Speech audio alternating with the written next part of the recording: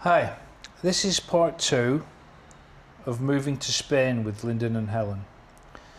Now, in this second part, it's more, I don't know what you call it. What would you call it, Helen? It's about how we managed to get over the few hurdles that you have to do to stay in Spain legally. Yeah, after arriving, you have to do certain things within a certain amount of time, and they consist of... First of all, getting the empadronamiento, which basically says you're living here. It's probably worth mentioning at this stage that we already had the apartment. We'd been renting it for 2 years prior. Yeah, so we already had an address and a place to live. So that bit was kind of done, which also meant we had set up things like electricity and water and other stuff that you would need to consider if you were moving to Spain. Yeah, so it might be well worth thinking about doing that prior. Although you do need an NIE number to rent an apartment in Spain or buy anything like a car, property, boat, motorbike. I already had that number, which is why it was possible for us to rent this apartment first. So we had all the necessary paperwork and documents needed to get these padron, what do you call them? Empadronamiento. That one. Padron for short. So yeah, you get this padron, and then you need to do a lot of other things. I can't remember. So, Well, the padron was the first step, wasn't it? And we'd managed to make an appointment online at the Ayuntamiento, the town hall. yeah, We actually pitched up about a week earlier to say exactly what do we need for the appointment. But we had with us our passport and our contract for their flat that we rent. And as it happened, we got lucky. they did it there and then for us. So once you've got that done, then you need to set up something called Clave. No, digital certificate comes first because you can't get the clave until you've got the TIE. Oh right, of course. Silly me.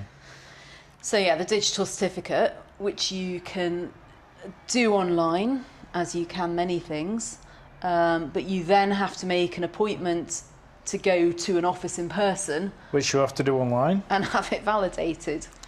Yeah, and you go down to this office, some kind of, I don't know, what is it, government office. Yeah.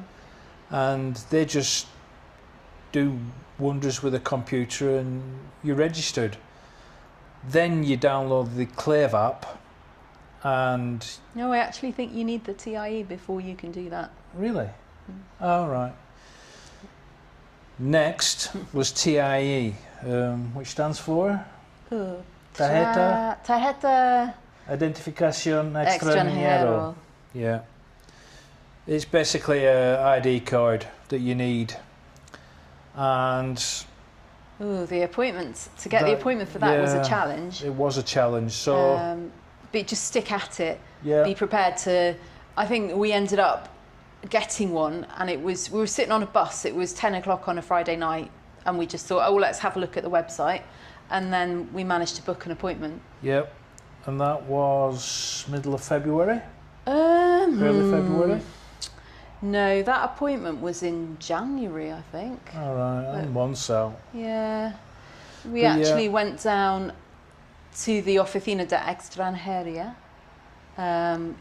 Again, you had to make the appointment, but even then there was like a long queue of people outside, and they don't let you cut in just because you've got an appointment. No. So we'd gone early thinking, let's be early. And we literally got through the door with seconds to spare before the appointment. Yeah. I'm pretty sure you need the Clave app for this. No. To make the appointments. No, you need the digital certificate to make the appointment. Which you can't make the appointment without a digital certificate. All right. Yeah. So anyway, we went through a process where we filled in some forms as usual, got her fingerprints took. And we had to pay, didn't we? Yeah, €30 were it? Do you know, I'm not sure it was even that much. You have to go to a bank and pay in cash. Yeah, and they give you a receipt. You pay at the bank and it's all done electronically and they know you've paid. Yeah? Yeah, you still need the receipt, don't you? But they still know you've paid. Anyway, after you've gone through that, they tell you that your card will come through post. No. No. You have to collect the Oh God, card. I'm so wrong. It's a good job I'm here. They give you a date to come and collect it, don't they? It was about 2 months later. And that was the 14th of March. I'm good at remembering dates. Now, even though we got this card on the 14th of March, it was backdated to the day we arrived here. Yeah, which means it'll run out a year from the day we arrived at Bilbao. So even though it's a card for 12 months, we only got it for 9, basically. But once that's done, you can rest easy for 9 months until you have to go through your renewal process, your 2 to 3 year renewal process, which is coming up for us in 2 months, 3 months, is it? Yeah, I think we can apply in October at the earliest. And driving licenses, you have to apply for that within, is it 90 days or 30 days? They don't give you very long, I don't think. You don't get very long to... You go down to a place, obviously you make an appointment as usual online, and you fill in some forms as usual. You hand over your licence, you explain to them what you want in return, and they keep your licence, so you no longer have a British licence, it's cancelled. And you see, I'd say you've missed a step out there, because before you can apply for that appointment, you had to do the medical thing. Oh yeah, of course, yeah. I had to go and pay for a medical, where you do this weird test with 2 handles, and you guide this line through some bars, and it's one-handed, two-handed, in, out, and I actually passed quite well. You have an eyesight test. It cost, I think that cost €30, didn't it? And you get a certificate to say that you've got it. Then you get your you apply for your license, and that comes through the post within 30 days. You do get a proof of license printout in case you get pulled up with the police. And again, then that wasn't an easy appointment to come by. no, it wasn't. In fact, I think what we ended up doing, because we couldn't get one for driving licence exchange, was we made an appointment for something else and just kind of turned up with the stuff, and they did it for us. That's right. Yeah. And then if you've come in a car, oh God, what a headache. It might turn out cheaper to do this way, to re-register your car in Spain, but what a headache. I had to get in touch with a company called Car Registration Spain, and to be honest, they do everything for you, but they don't tell you everything. If you ask the questions, they will tell you, but if you don't, things creep up on you like costs. They give you a price of what it costs to re-register your car in Spain, but they don't tell you all the other things that you need to do. Now I had to... What did I have to do? The headlights had to be adjusted. The headlights had to be adjusted. That were an expensive cost. That cost €150. And they wanted to send my logbook to Northern Ireland to save money, believe it or not. Something about Personally, I import think it were a tax. load of rubbish, but they said it would cost me €149 for somebody to register my logbook in Northern Ireland, so they could do it like bypassing Spanish laws. I'm not sure the all ins and outs of it, but if I were to do it the correct way, it will cost 350 euros, so I was saving 200 euros. Yeah, I think that was some kind of scam. 150 euros just to have your logbook changed in Northern Ireland. Anyway, I had to reinsure my car under my current number plate, my English number plate, and that lasted a month. The whole process took a month. I had to then take my car to Mercia to get it ITV, which is their version of MOT. And it passed that because if you'd seen some cars knocking around, well, most of the cars here, they're all banged up, even the newer ones. Anyway, that passed quite well. And I come back. We had a day out in San Javier. That was quite nice. And I picked my car up, came back here. Then I got me number plates through the post. I'm going to interrupt him again. Go on. That place was called Los Alcazares. It's not far from San Javier, but it's not San Javier. Yeah, you're right. But that's what I had in mind on when I saw the map. And anyway, we drove back 2 hours. 2 weeks later, I got the number plates through. I had to reinsure my car. And for that month that it were insured, I lost 100 euros on the English number plate.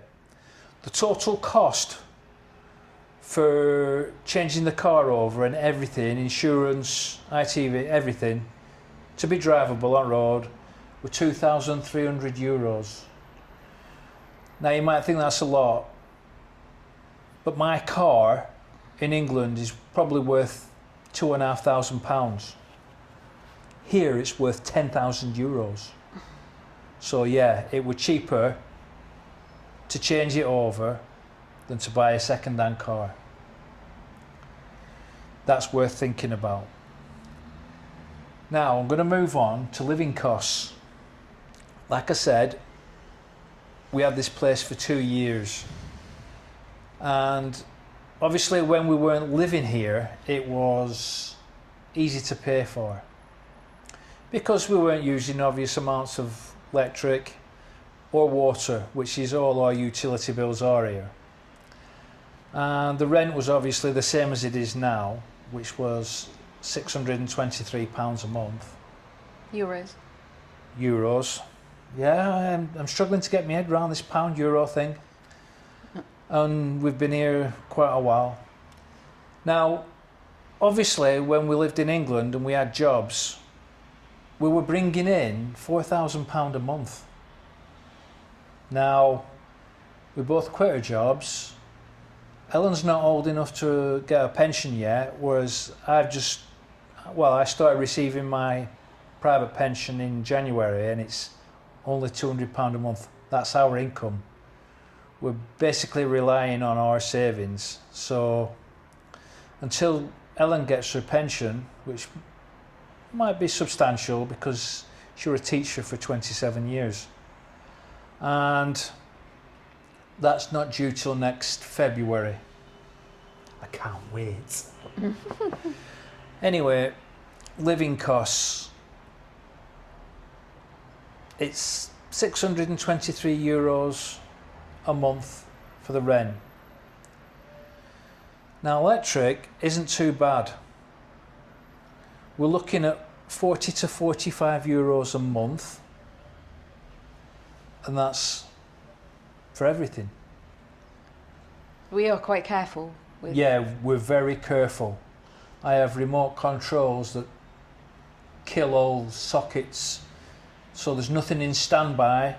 Fridge is currently running and that's it. That's all that's in standby. Oh, and the Wi-Fi. We only turn on what's necessary. Now, when we were first started, we were with a company called Endesa and they were quite expensive. and they were charging 21 cents a kilowatt hour. And I thought it were expensive, so I binned them. I saw an advert for Repsol and they said, oh, we'll only charge you 11 cents a kilowatt hour. They don't tell you that's before tax. That rounds it up to about 14 cents an hour, which is still cheaper. But they don't tell you about something called potencia, which is like your standing charge, which turned out to be €1 per day, which Endesa didn't charge, nowhere near. They charged about €9 a month. So I complained. And they put me into a fixed contract, and like I said, now we're paying between 40 and €45 a month. We're paying double that in England, easy, for electric and gas. Water stands at about €120 per year, and we get that billed every 3 months at about 30 to €35, depending on how many showers she takes. So I can't really think of anything else to tell you apart from we're now studying. We're even going online asking people how to renew our visas for next year, and perhaps there might be a part 3 when we've done that next year. Anything you want to add, Ellen? I don't think so. You've done it again. I've had spoke too much again, as usual. But yeah. I mean, we pay a fee for, not like council tax, but... Yeah, there's a fee for, well, you've got an annual fee for basura, which is garbage, trash, whatever you want to call it, which is about, well, it's not. It's a combined fee. It's about €130 per year, and that's combined for the trash, garbage, whatever you want to call it, and the community fees for the cleaners of the hallways and the communal area. That's just a one-off fee, and that's acceptable. But at the moment, like I said, we're currently living off £200 a month. Now, it contributes to Oak Bells, but it is cutting into my savings. So, like I said, we'll be okay once your pension kicks in. Oh, there is one more thing. I do own 2 electric scooters, which are quite handy to have if you just want to nip down to shops. But I do believe that they're bringing insurance policies in for them next year. And there's not much been said, but I have 2. And I'm not sure if I need 2 policies or 1 policy to cover 2, but they don't, well, to be honest, they don't cost anything to recharge, because I charge them up down at the local shopping centre where you can plug them in for free. And we don't have a washing machine. We do that down at the shopping centre. We have a card that you credit, and we go down, once a fortnight, is it? We a massive load of washing. It costs us €10 to wash and dry. That's done once a fortnight. I mean, we could possibly dry clothes on the roof and save €3, but it's not worth it. It's easier just to pay the €3 once a fortnight to dry them. Anyway, like I said, Ellen has nothing more to conclude, because I am just a blabbermouth. Just to say, it's worth it. Oh, one last thing. When you get here, you cannot treat it like a holiday. You can't. you've got to stop holiday mode and treat it like normal life. It's normal life once you're here. If you treat it like holiday mode, you're going to run out of money pretty soon. Because when we used to come here on holiday, we used to have a budget of £50 a day, which might not seem so much to some people. And I know some people have said to me, "Is that how you spend?" Mhm. Now we're on a budget of £10 a day. So that's the last thing I have to say. Sorry for dragging it out. Well, you very rudely interrupted what I was trying to say then. Go for it. So I was trying to say that, difficult as it is to get through all the bureaucracy and the making appointments online, and it is worth it. I mean, we're very happy. The sun shines, the wine is cheap. These guys know how to party. We're in Feria week and there's been processions, there's the fairground, there'll be fireworks, there's so much going on, and that's not just this week of the year, that's, you know, Happens quite a lot of fairly times regularly. during the year. Yeah. I just love that you can go outside and pretty much know it's not going to rain and you're not going to be cold. And yeah, I love that there's so many spaces you can go and feel happy. Yeah. The beach, I love the beach. I love the Rambla, the fountains, the parks. Locals around where we live are getting used to us. Yeah, I wouldn't say we haven't exactly got friends apart from. There is one more thing. Almeria has a different dialect. If you know Spanish You don't. quite well, you might stand a chance here.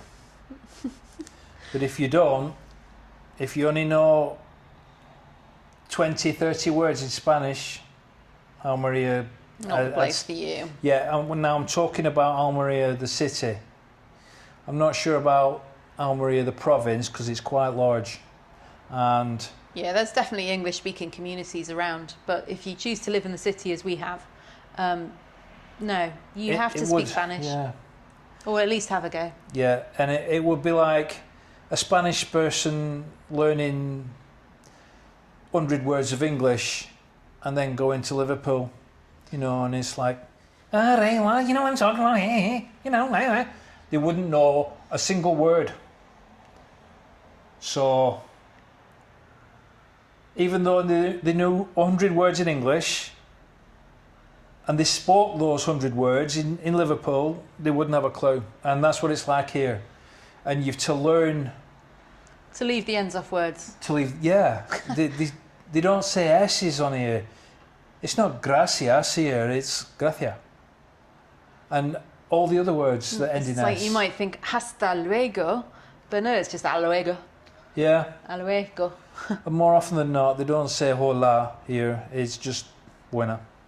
Buena. So on that note, I'm going to say bye-bye. Hasta luego. Hello. Please like and subscribe.